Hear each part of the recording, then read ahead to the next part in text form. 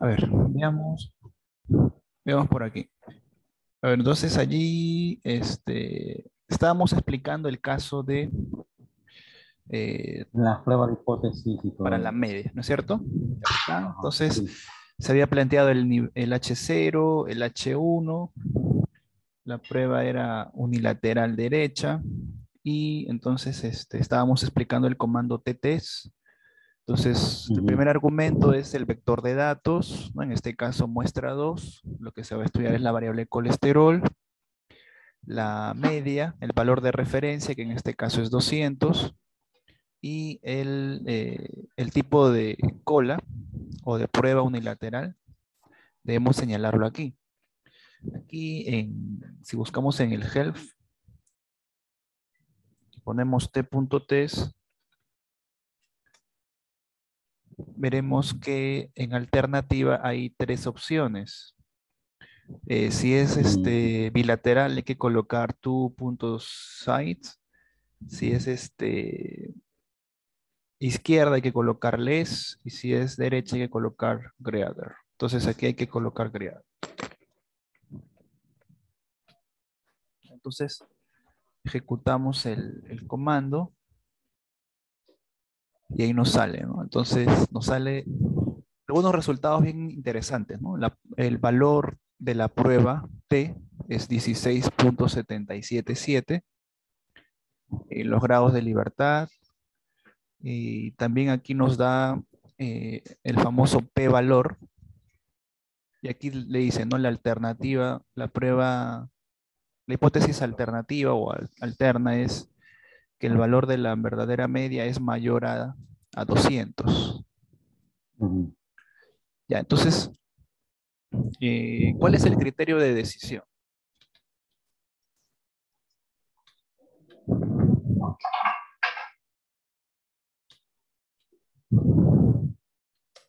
Para el criterio de decisión hay que establecer un nivel de riesgo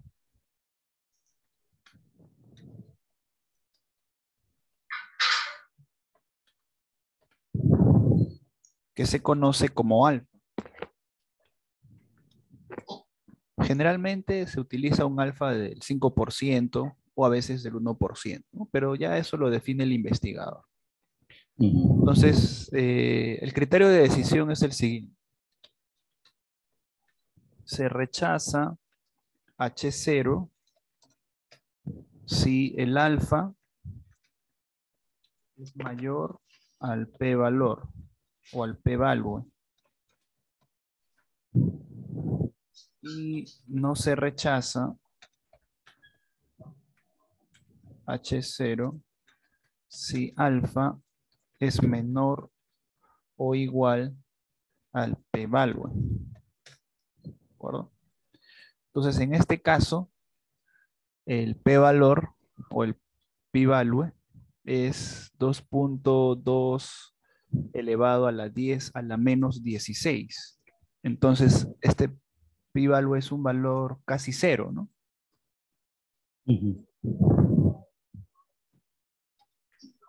Si nosotros establecemos un riesgo del 5% o del 1%, ¿cuál va a ser la decisión del caso? Para un alfa del 5% o del 1%. El Sería p-value es muy pequeñito, ¿no? Entonces vamos a cero estar, punto cero cinco, 0.01, ¿no? ajá, el alfa va a ser mayor, ¿verdad? Ujú. Entonces, si el alfa es mayor, el resultado de la prueba de hipótesis va a ser rechazar H0. Es decir, rechazamos o negamos H0 y aceptamos H1. Entonces, la decisión estadística es que la media del colesterol de los pacientes es mayor a 200. Ujú. Entonces, el resultado será eso, ¿no? Evidencia estadística para afirmar que el colesterol promedio, ¿no?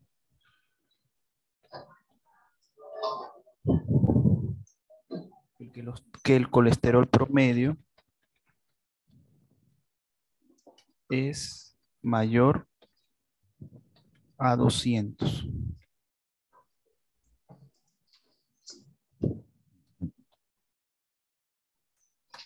¿De acuerdo? Entonces, esa sería la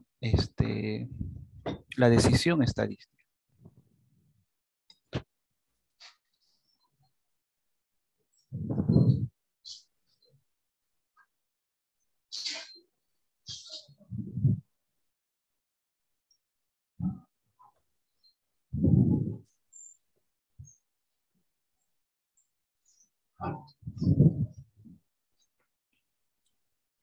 ¿Se logra entender allí este proceso?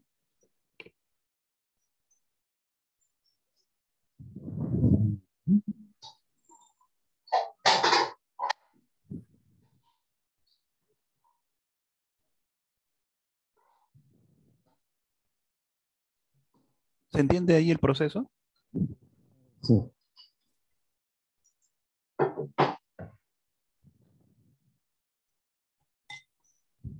Veamos otra prueba.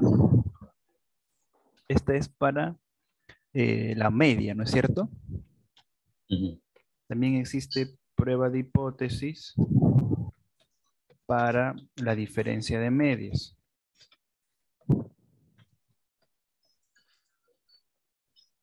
A ver, vamos el siguiente ejemplo, ¿no?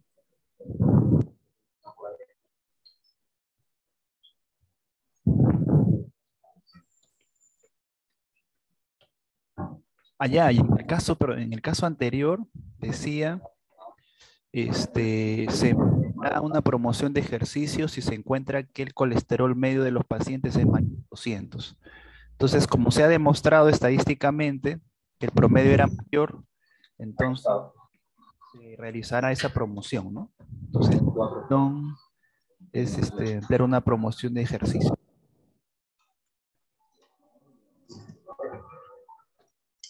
Realizará, ¿cómo decir, no? La promoción de ejercicios.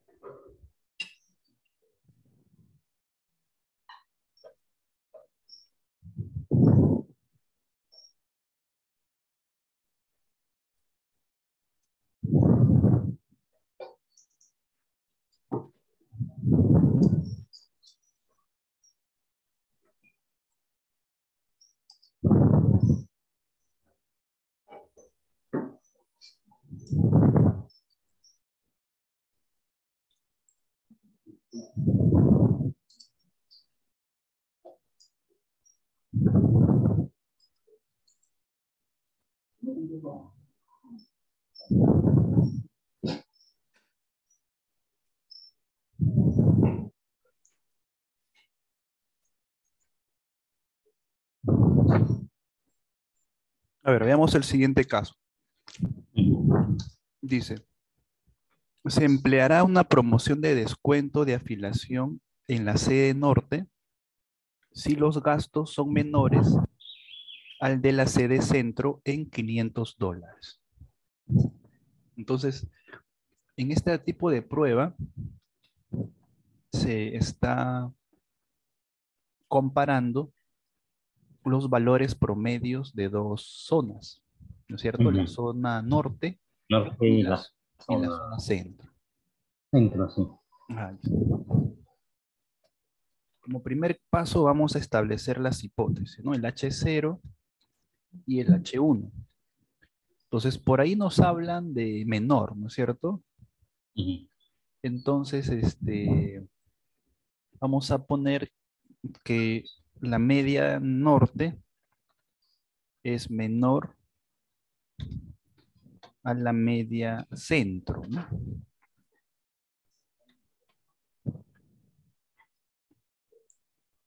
¿De acuerdo? Ahora, dice $500 todavía, ¿no? Ujú. Entonces, a ver, ¿cómo plantearíamos aquí la hipótesis? Que, a ver, si los gastos son menores al de la sede centro, son menores en $500. O sea, si restamos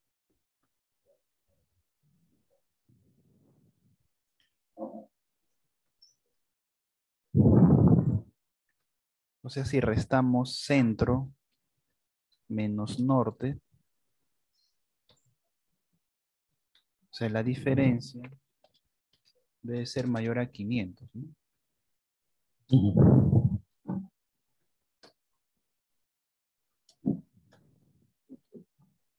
Entonces, por aquí la hipótesis nula sería lo contrario, debe ser menor o igual. Entonces, decir que la sede norte, los gastos de la sede norte son menores al de la sede centro en $500, se estaría indicando esta hipótesis, ¿no? Ya. Entonces, aquí nuevamente tenemos la función t.test. Ahora, como es una diferencia de medias, hay que añadir dos vectores.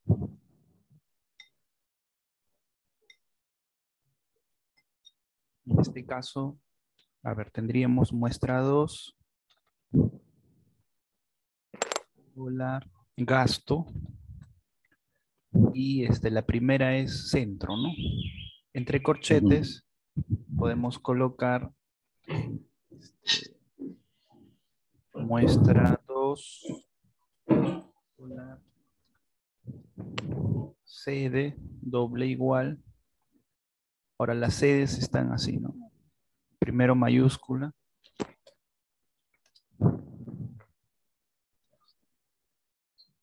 Este sería el llamado del primer vector.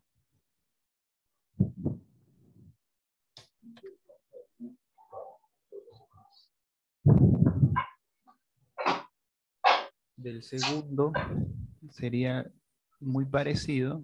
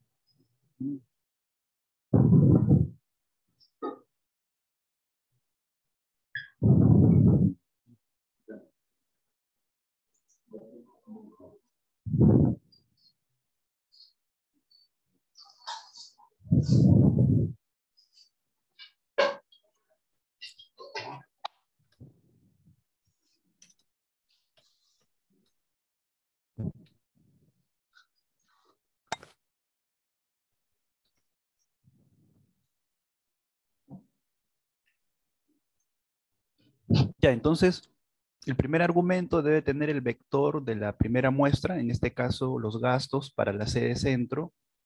El segundo, sede norte. El tercero es el valor de referencia, ¿no? En este caso, $500. Y alternativa, como en este caso es mayor, estaremos usando el greater. Entonces, hacemos la ejecución y aquí nos dice lo siguiente, a ver. El valor de la prueba T resulta menos 25.382, los grados de libertad, y el p-valor resulta 1. El criterio de decisión es el mismo en todas las pruebas de hipótesis. En este caso, a ver, hay que establecer el nivel de riesgo de alfa, ¿no? A ver, si por ejemplo lo colocamos a un 5%, es igual a 0.05. A ver, el p-value salió 1. Entonces, estamos en la segunda situación, ¿no? No se rechaza porque alfa es menor o igual al p-valor. Entonces, no se rechaza H0. Entonces, aquí diremos lo siguiente, ¿no? existe evidencia estadística para afirmar, en este caso no se rechaza H0, ¿no es cierto? Estamos aquí. Entonces, para afirmar que eh, los gastos no son menores, ¿no? Los gastos de la sede norte no son menores.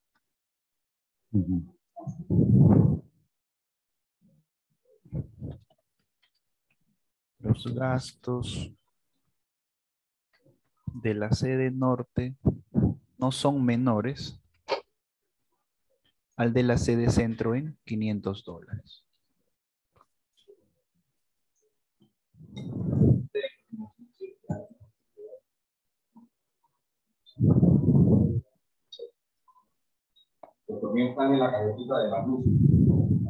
Entonces, este sería el resultado estadístico, ¿no? Ahora, la decisión del caso, bueno, acá decía, ¿no? Emplear una promoción de descuento, ¿no? Si se cumple esa condición. Entonces, estamos verificando estadísticamente que no se cumple, ¿no? Entonces, por lo tanto, no se empleará, ¿no? Una promoción de descuento de afiliación en la sede norte.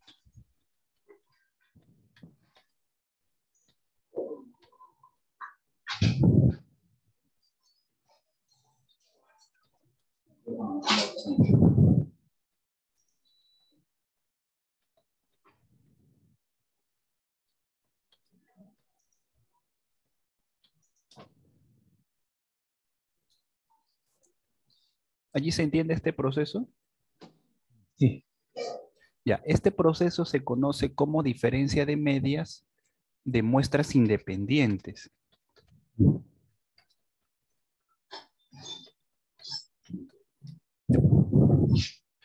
¿Por qué? Porque lo que ocurre en la sede centro es distinto a lo que ocurre en la sede norte. Entonces no hay influencia entre muestras, ¿no? Entre partes. Ahora, en los estudios de investigación existen dos tipos de diferencia de medias, ¿no? La de muestras independientes y la de muestras relacionadas.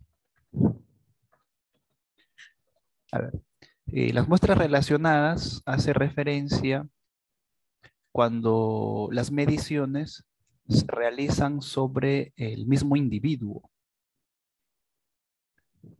Por ejemplo, ¿no? Se quiere probar el efecto de una vitamina. Entonces se mide ciertas características de un individuo antes de que se le aplique la vitamina y luego se le mide después de que ha recibido la vitamina o el tratamiento con la vitamina.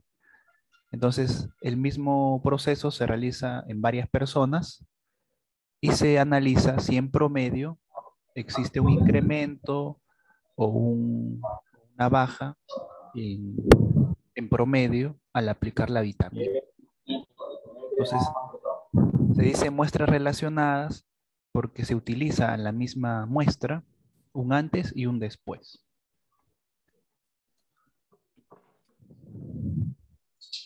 Si le damos el hit a muestra 2, hay, por ejemplo, aquí glucosa solo y glucosa 2. ¿Ya?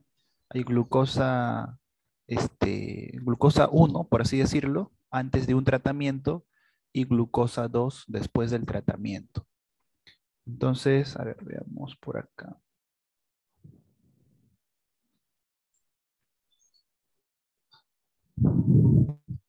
A ver, veamos por aquí, ¿no?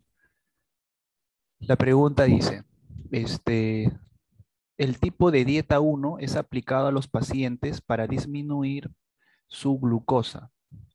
Verifique si la glucosa promedio de los pacientes que recibieron dicho tratamiento fue efectivo. Entonces, este es un caso de diferencia de medias para muestras relacionadas, porque a un conjunto de pacientes se le aplicó una dieta con el propósito de ver si su glucosa va a disminuir. Entonces, vamos a hacer esa prueba Vamos a hacer este ejercicio en R, ¿ya?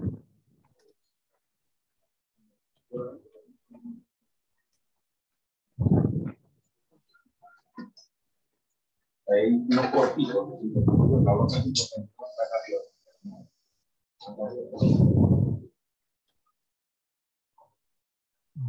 Entonces vamos a establecer nuevamente las hipótesis.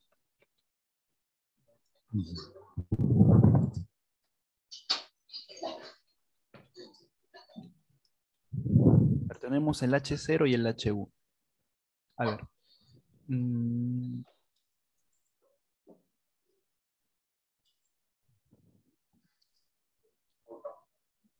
A ver, supongamos que mu antes, ¿ya? Vamos a poner el antes menos el promedio de la glucosa después del tratamiento. Para que sea efectivo, este debería ser mayor a 0, ¿no? ¿De acuerdo? O sea, para decir que la dieta fue efectiva, deberíamos demostrar esto, que el promedio de glucosa antes de la dieta menos el promedio de la glucosa después de la dieta es mayor a 0, ¿no? O sea, con esto señalaríamos que antes se tenía una glucosa más alta que luego de la dieta. Entonces, ya, la hipótesis nula, entonces sería que es menor o igual, ¿no?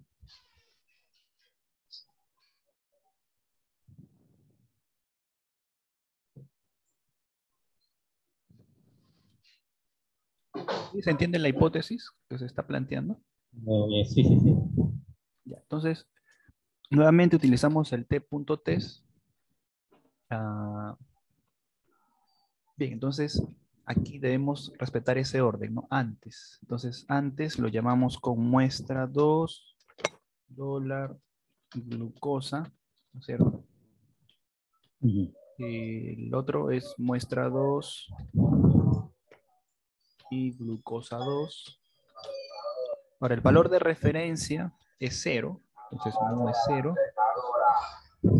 La alternativa es derecha, ¿no es cierto? Greater.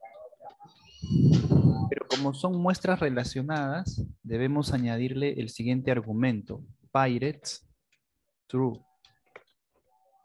¿De acuerdo?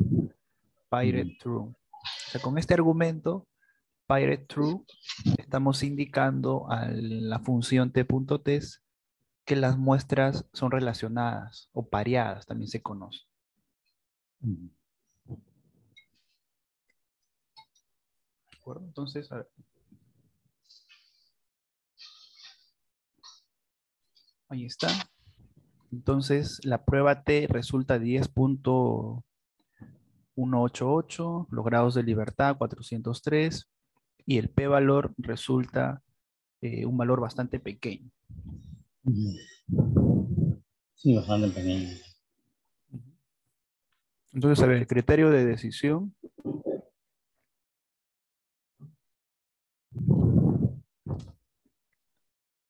es el mismo.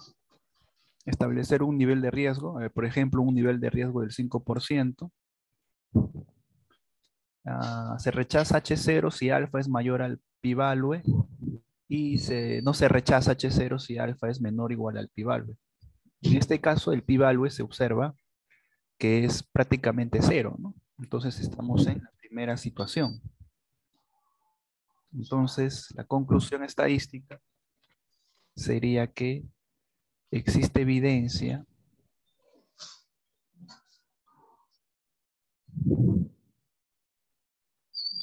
estadística para afirmar que el nivel de glucosa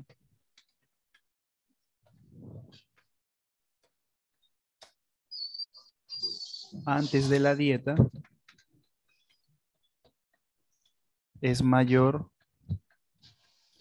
al nivel de glucosa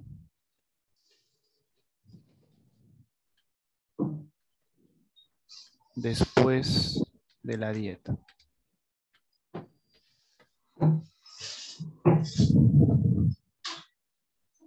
Bueno, acá debemos utilizar nivel promedio, ¿no? Porque se está comparando medios. Entonces, la decisión estadística es esta, ¿no? Existe evidencia estadística para afirmar que el nivel promedio de glucosa antes de la dieta es mayor al nivel promedio de glucosa después de la dieta. O sea, en términos prácticos o más sencillos, sería que la dieta sí reduce, ¿no? La dieta reduce el nivel de glucosa.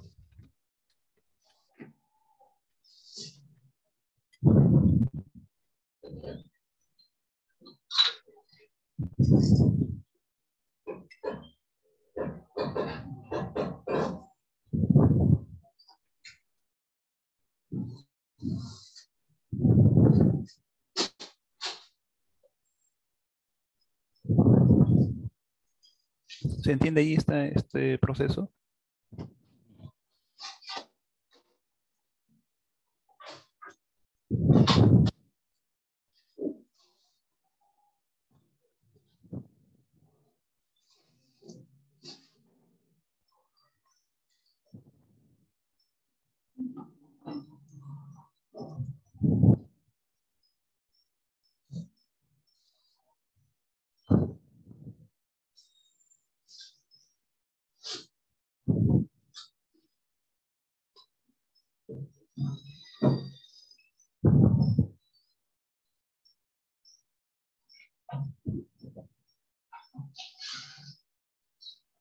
¿Se comprende aquí el proceso de esta parte? Sí, sí, sí.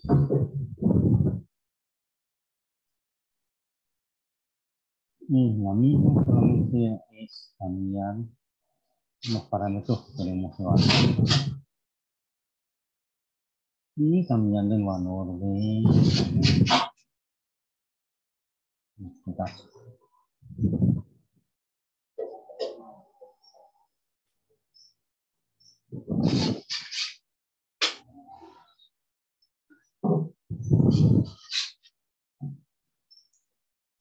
Así es, ¿no? Entonces, esta prueba de diferencia de medias es bastante empleada, ¿no?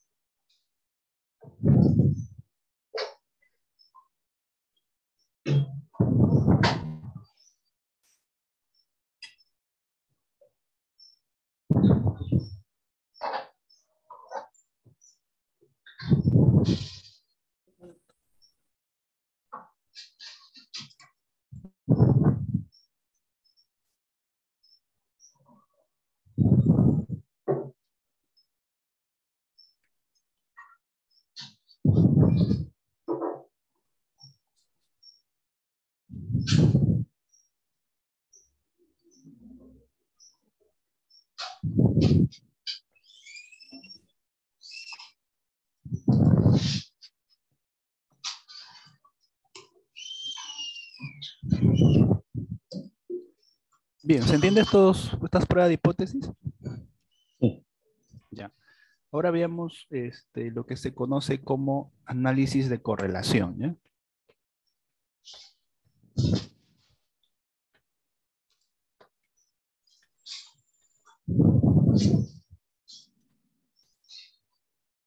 El análisis de correlación se tiene dos variables numéricas y lo que se pretende buscar es una posible relación o asociación entre ellas. El gráfico que más o menos permite visualizar esa correlación es el diagrama, pues, ¿no? Diagrama de dispersión. El diagrama básico que el R lo hace es el plot.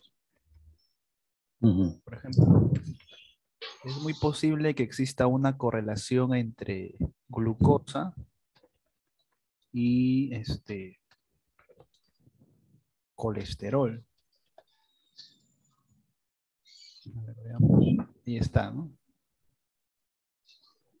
Entonces, es bastante conocido que, bueno, el nivel de glucosa está asociado al nivel de colesterol.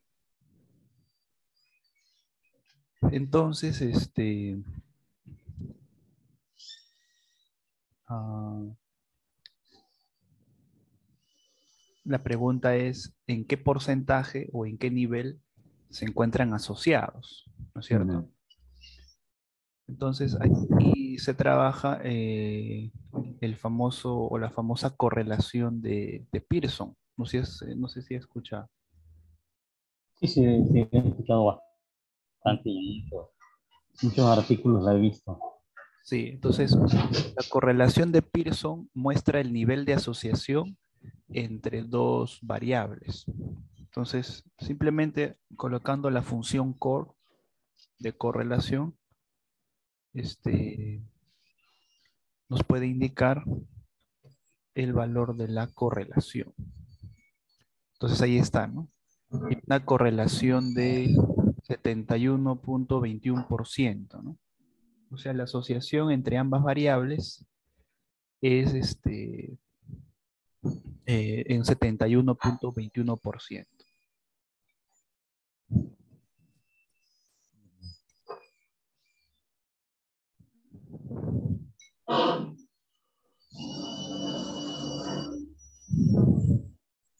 Ahora, este valor de la correlación se debe verificar a través de una prueba de hipótesis.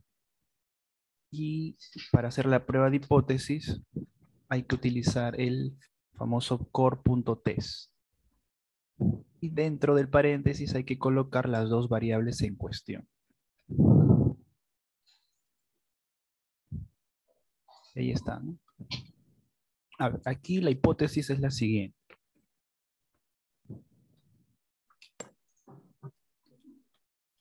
A ver, el H0 es no existe correlación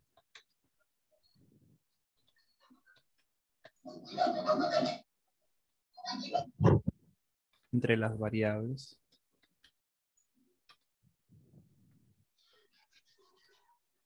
Y el H1 es existe correlación entre las variables.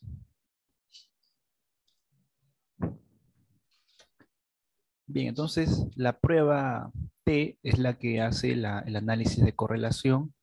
En este caso sale 20.334, los grados de libertad es 402 y el p-valor es un valor pequeño, ¿no? Y en la prueba de hipótesis el criterio de decisión tiene la misma estructura, ¿no? Estableciendo un nivel de riesgo, a ver, estableciendo un nivel de riesgo del 5%, por ejemplo, el criterio de decisión es, ¿no? Se rechaza H0 si alfa es mayor al pi-value y no se rechaza H0 si alfa es menor o igual. En este caso se observa un pi-value de 2.2 L por 10 a la menos 16, o sea, un valor bastante pequeño. Ujú. Estamos en la primera situación, ¿no? Rechaza H0. Sí. Entonces aquí se dirá que existe evidencia para rechazar H0. O sea, existe correlación entre las variables. Existe correlación entre las variables. Y esa correlación o ese grado de asociación es del 71%, ¿no? Dicho grado de asociación es del 71.21%.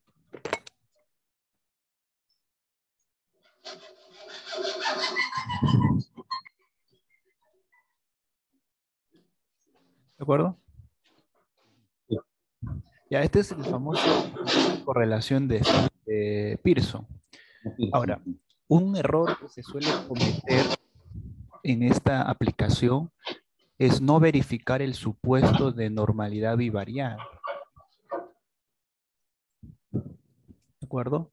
El supuesto de Pearson, de correlación de Pearson, exige probar normalidad bivariada.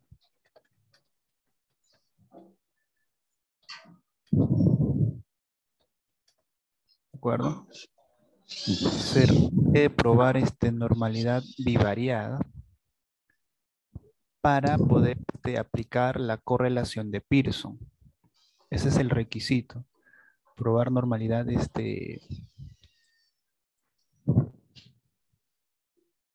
bivariada. Entonces, por ahí podemos usar un paquete en R para que nos haga la normalidad bivariada. Vamos a usar una librería. Exacto. A ver, un momentito, veamos.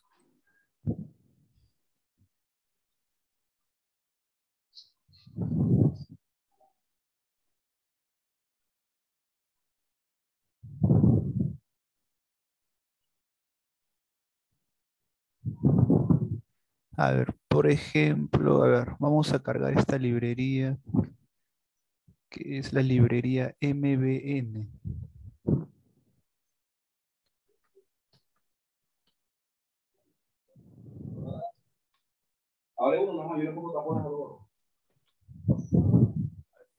La librería, a ver, cuando yo lo tengo cargado ya, o es instalado, vamos a ver qué me sale.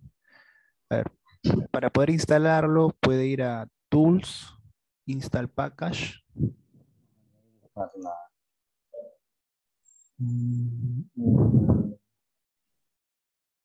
ver, puede ir, ¿no? Aquí arriba donde dice Tools, Install Package.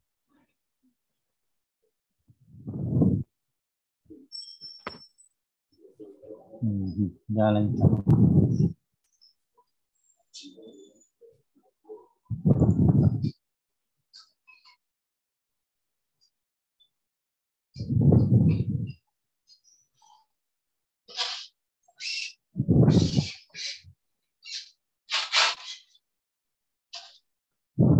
Y ahí le va a salir este recuadrito.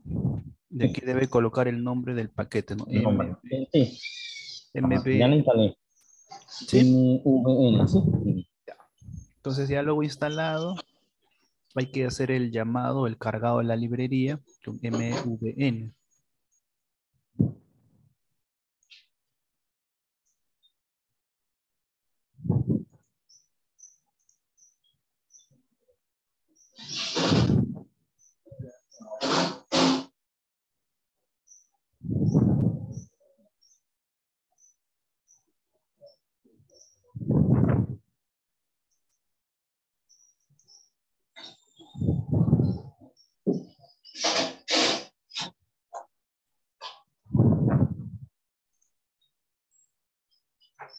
Ya, entonces ahí vamos a hacer vamos a unir los datos, ¿ya? Vamos a unir los datos primeramente. A ver, vamos a ponerle así, ¿no? Data, cbits, perdón, todo con minúscula, vamos a ver, perdón. Data igual a cbits y vamos a copiar estos datos de acá.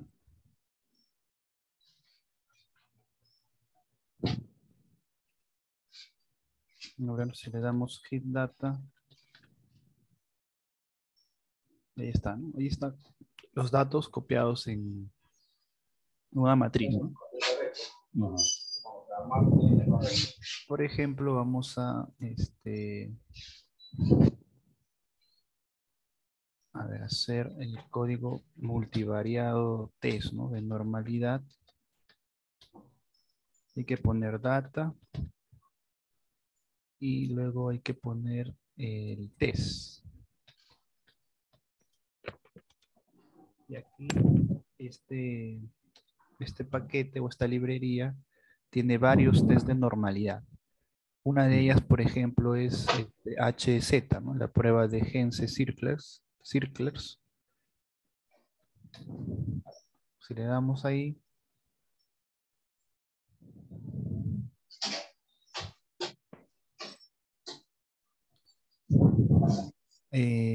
es el primer resultado, ¿no?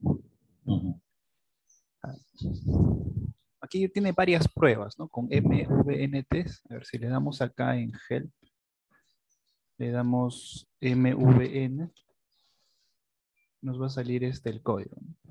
Y aquí el MVNT por defecto es la prueba HZ, pero se puede cambiar, ¿no?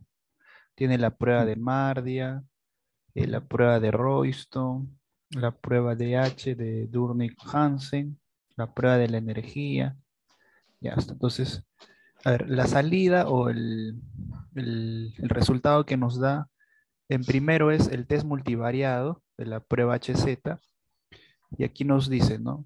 No presenta normalidad multivariada. Y aquí el H0 es el siguiente. El H0 es los datos se ajustan a la distribución normal bivariada, ¿no? En este caso, porque estamos hablando de dos variables. Y el H1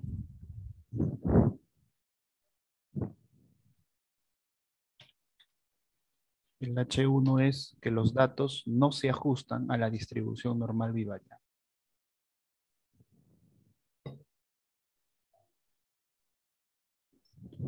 Entonces, la primera salida que tiene que ver con normalidad multivariada, la respuesta para el test de HZ es que no se va a cumplir la normalidad bivariada.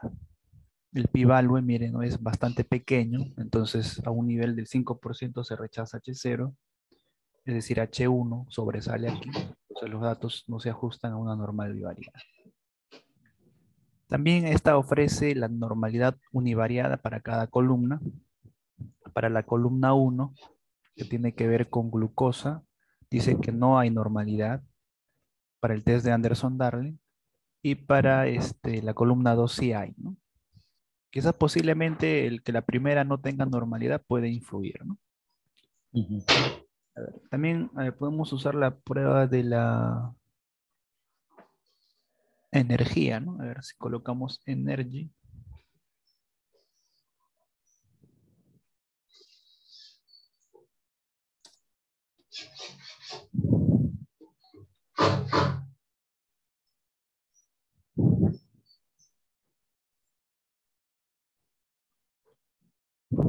A ver, ahí está cargando.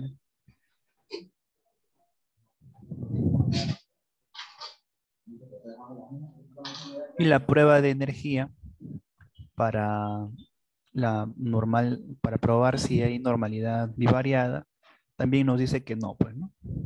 Ujú. No hay normalidad bivariada. Entonces, en este caso, no se está cumpliendo el requisito para aplicar el test de la correlación de Pearson. Ujú. Entonces, esto es un error que muchos investigadores hacen, ¿no? De frente calculan la correlación de Pearson y hacen la interpretación y se olvidan hacer verificar este resultado o este supuesto. Entonces, ¿qué hacer cuando no se cumple la distribución normal bivariada? Entonces, una alternativa a la correlación de Pearson, que tiene la misma interpretación, y es la correlación de Spearman.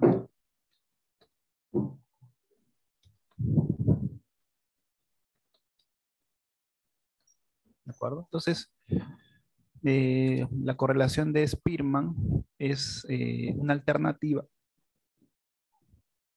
cuando no se cumple la correlación de Pearson, ¿no? Cuando no se cumple el supuesto de normal bivariada. Hay que colocar aquí simplemente Spearman para señalarle que calcule este, para que nos calcule el método Spearman. Y bueno, por ahí bastante cercano, ¿no? 0.7190.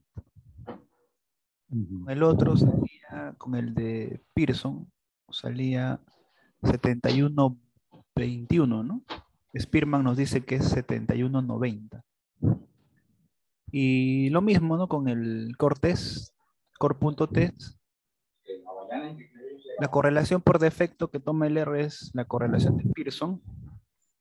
Ujú. Entonces, si aquí hacemos la prueba de hipótesis, veamos que también va a encontrárselo. Y acá dice, ¿no? A ver.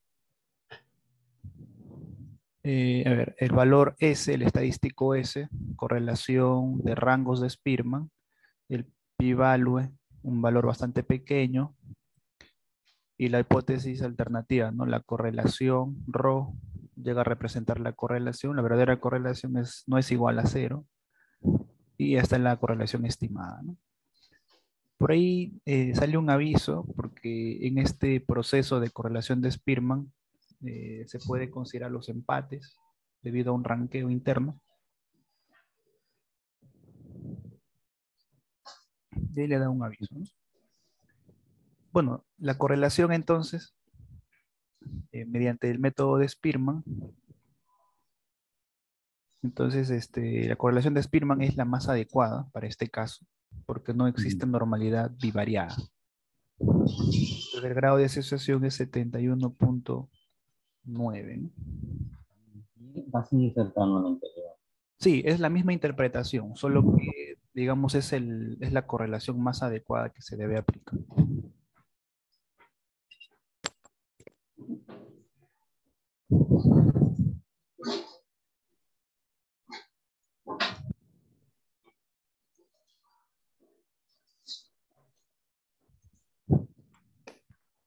¿Se entiende allí, este punto? Sí. Entonces, esto de la correlación de Spearman, por ejemplo, es útil cuando a veces en algunas investigaciones en las que nos ha tocado asesorar, por ejemplo, hay niveles de satisfacción, ¿no?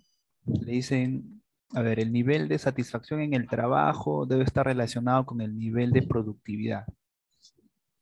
Entonces, como niveles, a veces los expresan, ¿no? 1, 2, 3, 4, 5, o del 1 al 10. No es una variable continua, y por más normalidad que se pruebe, no va a salir normal. No se va a ajustar a una distribución normal. Entonces, en esos casos, por ejemplo, el método de Spearman es el adecuado para medir la correlación. Listo. Bien. Para terminar, tenemos el siguiente punto, que es la regresión simple. Tenemos la regresión lineal simple, donde tenemos dos variables. Dos variables, X y Y. A X se le conoce como la variable dependiente, o también la variable predictora, o en a Y se le conoce como la variable dependiente, y o también la variable respuesta. Entonces, en un análisis de regresión lineal simple, se ve estas dos cosas, y a diferencia de la correlación solamente señala asociación. El análisis de regresión señala una especie de causalidad, es decir, X causa a Y. A ver, si damos un vistazo a nuestras variables, podríamos dar esa situación. Por ejemplo, en la variable días de hospitalización y gasto. Entonces, posiblemente, ¿no? Días y gasto deben estar relacionadas, ¿no? Porque si un paciente se queda más días, el gasto debe ser mayor, ¿no es cierto? Sí. Entonces, un primer vistazo podemos hacer un diagrama de dispersión, cual también es válido, ¿no? Para muestra 2, días, muestra 2, y acá colocamos gasto. Entonces, debe haber una posible relación, ¿no? Y ahí está, ¿no? A una mayor cantidad de días que está uno hospitalizado, el gasto va a ser mayor, ¿no? Ahora, el método de regresión lineal simple lo que va a hacer es establecer un modelo matemático que permita realizar un pronóstico. A ver, vamos a utilizar el comando LM, Linear Model, y lo que debemos hacer es lo siguiente, ¿no? Expresar gasto en función de los días y decirle que la data que se está empleando es muestra 2. ¿De acuerdo? Entonces, de esta forma se genera un modelo en R, un modelo lineal. Lo vamos a guardar en el objeto mod, linear model, el gasto en función de los días y la data de la cual se está haciendo el análisis es muestra 2.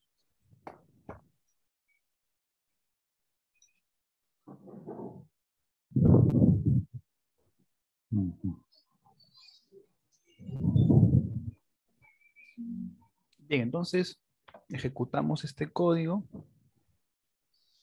y aquí podemos darle un summary a mod y vamos a ver algunas salidas interesantes del modelo. Ya, ahí está. Y por acá le dicen, ¿no? Los residuales. Los residuales se refiere a los errores de predicción. A ver, el mínimo error ha sido de menos 15, ¿no? Un error máximo de 19, ¿no? O sea, al hacer el pronóstico, hay un error máximo de 19 y un error negativo, una subestimación de menos 15 y una sobreestimación de 19, ¿no? $19 en el gasto. Aquí le dan el famoso beta 0, que es el coeficiente del intercepto, 71.78. Y aquí está la variable días y su coeficiente. Directamente se puede llamar a los coeficientes con el comando coef para mod. Y ahí está, ¿no? Entonces el modelo de regresión es el siguiente, ¿no? El gasto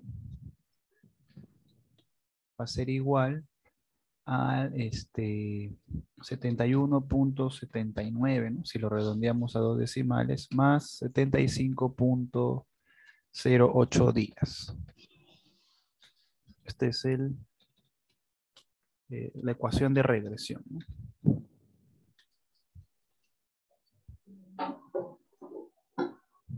¿No?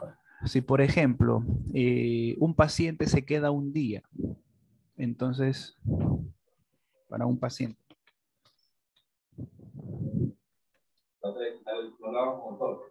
Para un paciente que se queda un día en la clínica, ¿no? Se queda un día.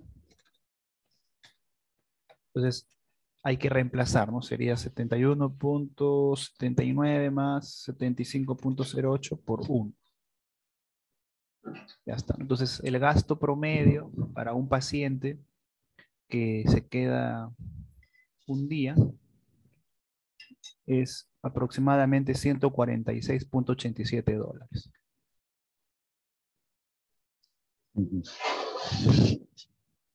Para 2 días, simplemente se tendría que cambiar, ¿no? Aquí en vez de 1, hay que cambiarle a 2. Y sería $221.95.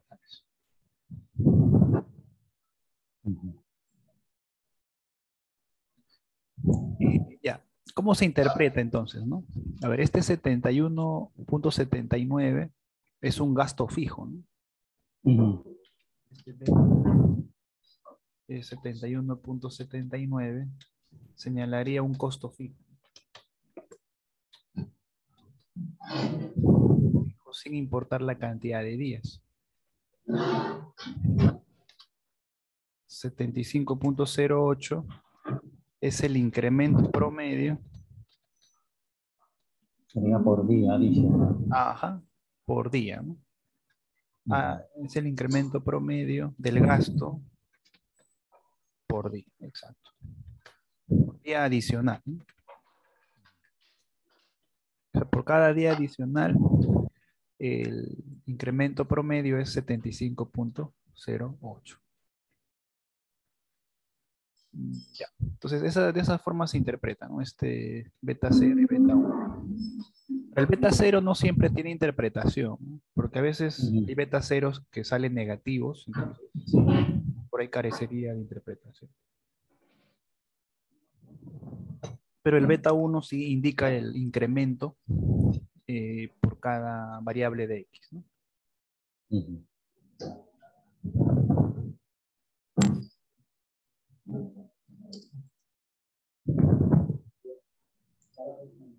Ya. Hay otra salida que también es interesante, que es el R cuadrado. Aquí el R cuadrado, miren, ¿no? Dice aquí el R cuadrado. ¿Cómo se llamaría aquí?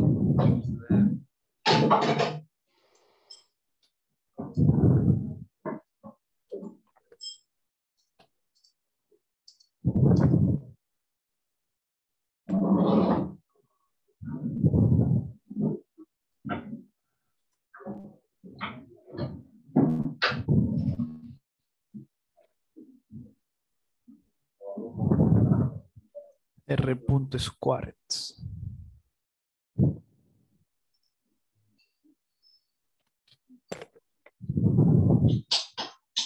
Ya. Si colocamos lo siguiente nada más, summary mod y dólar R punto squared, nos va a salir el R cuadrado. Esto se conoce como coeficiente de determinación. ¿Ya? Coeficiente de determinación. Es el famoso R mayúscula al cuadrado. Ujú. Este R cuadrado indica el nivel de explicación de X sobre Y. O sea, mira, es un cuadrado. Bueno, este valor va entre 0 y 1 o 0 al 100%, ¿no? Entonces, diremos aquí, ¿no? El 99.83% del gasto de hospitalización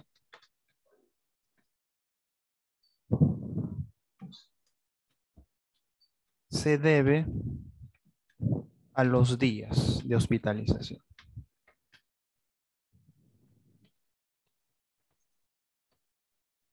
¿De acuerdo? Entonces, en un modelo de regresión lineal simple, se pretende encontrar una variable que explique una mayor cantidad, el nivel de, de explicación, ¿no? De la variable. ¿De acuerdo? Ahora, no siempre, bueno, se va a cumplir esto, ¿no? A veces hay variables que solo explican el 60, el 40%, lo que Ujú. señalaría que hay otras variables que van a ayudar a explicar la variable de interés.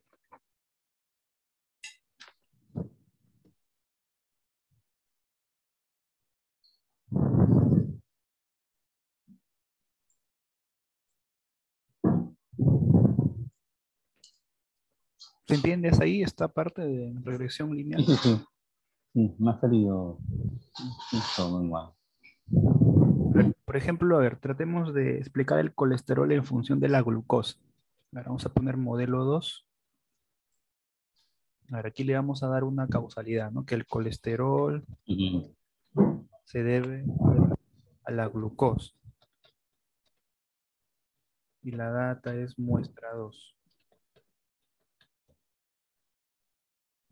Ejecutamos y le damos el summary para modelo 2. Y vea, ¿no? Aquí ya está el modelo 27.34 más 2.10. Y aquí miren, ¿no? El R cuadrado es de 50.7. Ujú. Aquí el coef de modelo 2 ya sería así, ¿no? Por cada unidad de glucosa, el colesterol aumenta en 2.10. Ujú. El R cuadrado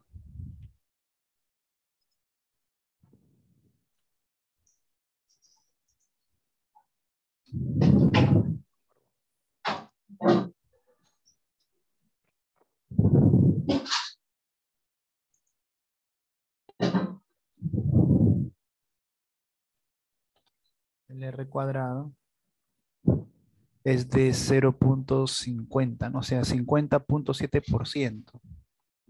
O sea, la glucosa explica al colesterol en un 50.7%. Entonces, claro, no quiere decir que esté a mal la relación, ¿no? Porque como hicimos un plot por acá arriba, entre glucosa y colesterol, hay una relación, ¿no? Positiva. Sin embargo, bueno, cuando se hace el R cuadrado para ver la explicación que da la glucosa sobre el colesterol, llega a explicar un 50.7%. Entonces, eso quiere decir de que debe haber otras variables, además de la glucosa, que ayuden a explicar el nivel de colesterol. O sea, no es que esté mal el predictor, sino que hay otras variables que seguramente complementan al colesterol